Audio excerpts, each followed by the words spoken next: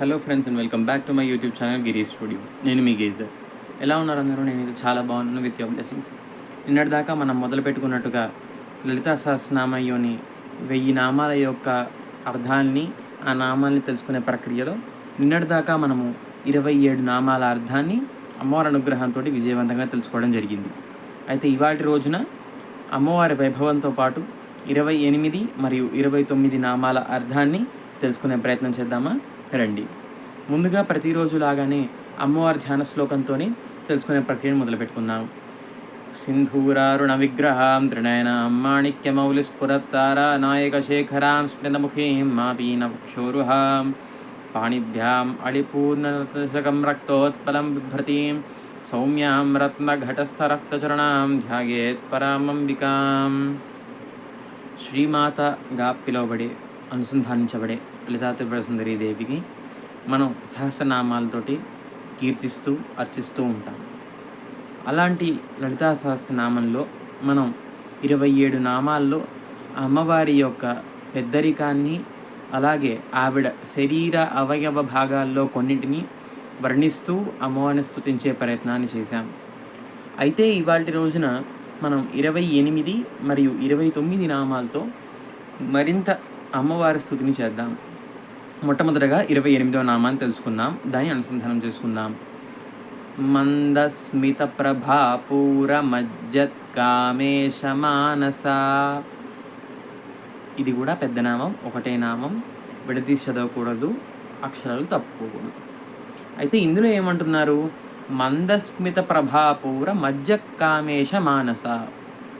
ఇక్కడ కామేశ అంటే మహాకామేశ్వరుడు. మహాకామేశ్వరుడు అంటే లలితా త్రిపుర సుందరీ దేవిని వివాహం చేసుకున్న పరమేశ్వరుడు, శివుడి రూపం అన్నమాట.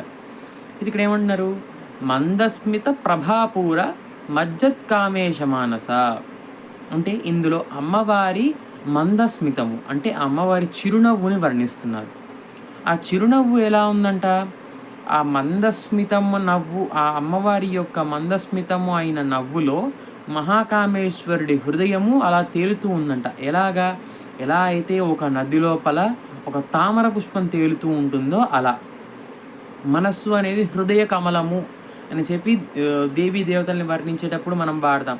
శ్రీమన్నారాయణ హృదయ కమలంలో మహాలక్ష్మీదేవి కొలువై ఉంటుంది అని చెప్పి అన్నట్టుగా మనం అనుసంధానం చేసుకునేలాగానే ఇప్పుడు ఇందులో ఏమంటున్నారు? మందస్మిత ప్రభాపూర మజ్జత్ కామేశ మానస. అమ్మవారి నవ్వు అనేది ఒక ధారలా, ఒక నదీ ధారలా వెళ్తూ ఉంటే అందులో తేలుతూ ఉందంట ఒక తామర పుష్పంలాగా. ఏమిటి? మహాకామేశ్వరుడి హృదయం. మహాకామేశ్వరుడి హృదయాన్ని అలా తేలుతున్నట్టుగా చేసి ఆయన ప్రాణం కంటే ఎక్కువగా భావించేటట్టుగా, ఆయన సర్వాన్ని వదిలేసి విరాగిగా మారిపోయిన పరమేశ్వరుణ్ణి సకల చరాచర సృష్టికి ఒక తండ్రి కావాలి అనే ఉద్దేశంతో ఆయన్ని మహాకామేశ్వరుడిగా మార్చి ఆయన్ని పరిణయం చేసుకున్న తల్లి కాబట్టి ఆవిడ చిరునవ్వుతోటి అంత తేలికపడి అంత ఆనందంతో ఉంటాడంట. ఎవరు? మహాకామేశ్వరుడు. సృష్టికి మొత్తానికి తండ్రి అయినప్పటికీ ఆవిడ నవ్వుని చూడంగానే కరిగిపోతాడంట ఆయన. ఆ నవ్వుని, అంత మందస్మిత వదనాన్ని, అమ్మవారి యొక్క నిరుపమమైన కారుణ్యాన్ని ఈ నామంలో వర్ణిస్తున్నాం. అంతటి అందమైన చిరునవ్వు గల లలితాంబిక నీకు నమస్కరిస్తున్నానమ్మా అని చెప్పే నామమే మందస్మిత ప్రభాపూర మజ్జత్ కామేశ మానస. ఇది. ఇక మనం 29వ నామానికి వెళ్దామా? అనాకళిత సాదృశ్య చుబుక శ్రీ విరాజిత. చిబుకము అంటే ఏమిటి అంటే గడ్డం. ఇప్పటిదాకా అమ్మవారి పెదవులని, దంతపంక్తిని, ఆవిడ నవ్వుని కీర్తించారు. ఇప్పుడు ఆవిడ గడ్డం. ఇక్కడ ఏమంటున్నారు? అనాకళిత సాదృశ్య చుబుక శ్రీ విరాజిత. అమ్మవారి గడ్డం ఎలా ఉందంట? ఈ ప్రపంచంలో ఉన్నటువంటి ఎంతటి వజ్రమైనా, ఎంతటి వైఢూర్యమైనా తలదన్నేంత ప్రకాశవంతంగా మెరిసిపోతుందంట అమ్మవారి గడ్డం అంటే చిబుకం. దీనికి ఏమంటున్నారు? అనాకళిత సాదృశ్య. ఇంకా ఎక్కడా చూడలేనటువంటి అనాకళిత సాదృశ్య చుబుక శ్రీ విరాజిత. ఇంకా ఎక్కడ ఈ ప్రపంచంలో చూడలేనటువంటి ప్రకాశంతో మెరిసిపోతున్న చిబుకాన్ని గల లలితా త్రిపుర సుందరీ దేవిని నేను నమస్కరిస్తున్నాను అని చెప్పే నామమే అనాకళిత సాదృశ్య చుబుక శ్రీ విరాజిత. ఇది తెలుసుకున్నారు కదా? ఇవాళ 28 మరియు 29 నామాల అర్థాన్ని, ఈ నామాలతో పాటు మిగతా నామాల్ని కూడా అనుసంధానం చేసుకుంటూ, వీలుంటే ప్రతిరోజు లలితా సహస్రనామాన్ని పారాయణం చేస్తూ అమ్మవారి అనుగ్రహానికి పాత్రులమవుదాం.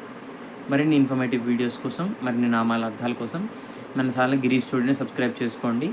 ఖచ్చితంగా ఈ వీడియోని దయచేసి లైక్ చేసి మీ ఫ్రెండ్స్ అండ్ ఫ్యామిలీకి షేర్ చేసి మన ఛానల్ని సబ్స్క్రైబ్ చేసుకొని మన ఛానల్ గ్రోత్కి తోడ్పాటు అవుతారని ఆశిస్తూ మరిన్ని నామాల అర్థాలతోని వచ్చే వీడియోలో కలుసుకుందాం. అంతవరకు సెలవు. నమస్కారం.